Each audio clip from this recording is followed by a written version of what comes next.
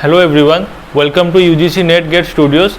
In this video, we will see a question which has been asked in June 2020 of UGC NET exam. So this is a question on discrete mathematics.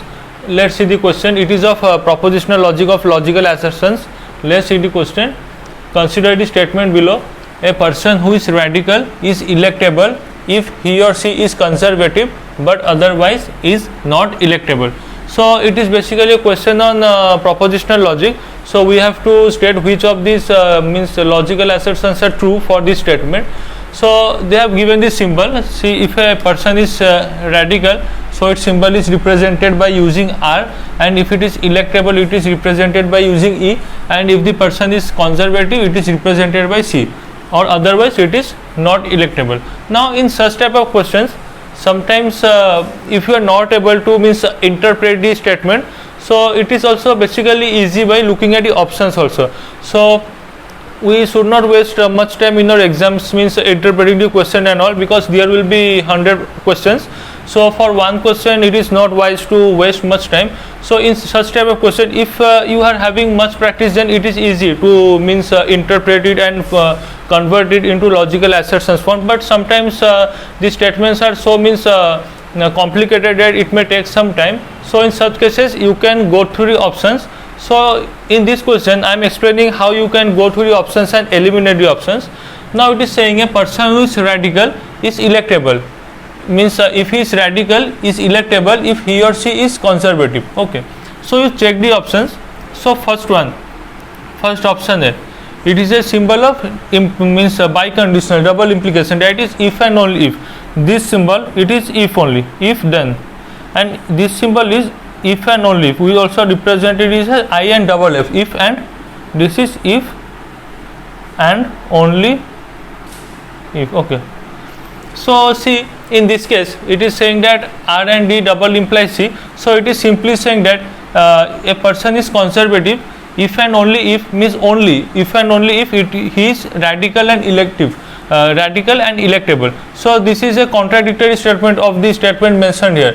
So it is saying that a person biconditional, it is a case of biconditional. Biconditional means if and only if, means if and only if he is radical and electable, then only he is conservative.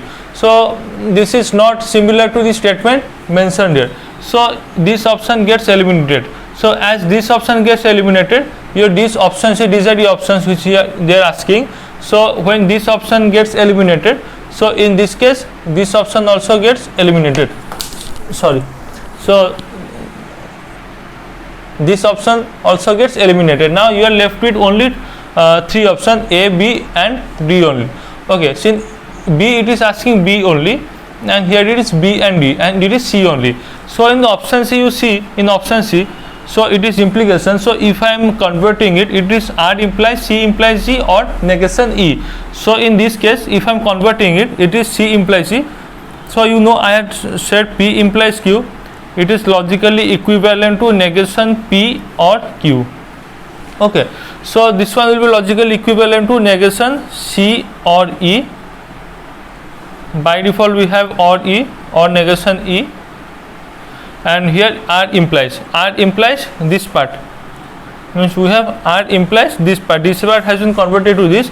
So if I convert, it will be negation R, or this means this has been converted to this one. This is equivalent to this one. Okay, so you can see that it is the other or negation R or negation C or E or E. If I open it, everything will be in between or.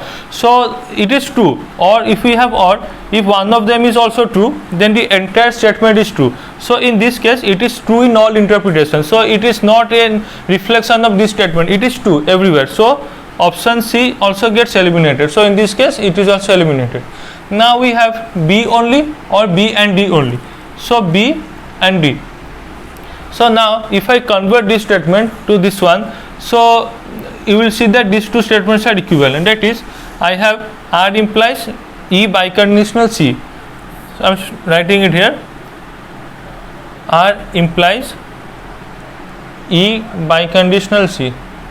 So it is equivalent to R implies biconditional, means E implies C and C implies E. Okay.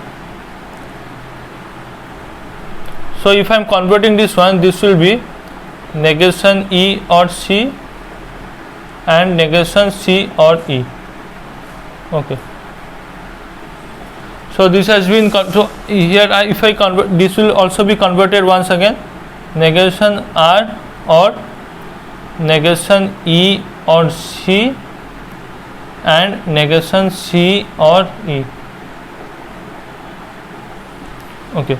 So here if now this one is negation R or negation E or C and negation R or negation C or E.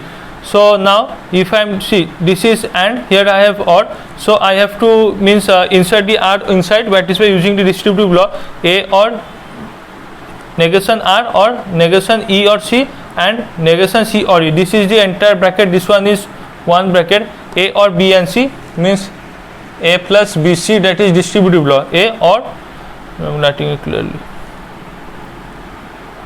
Okay,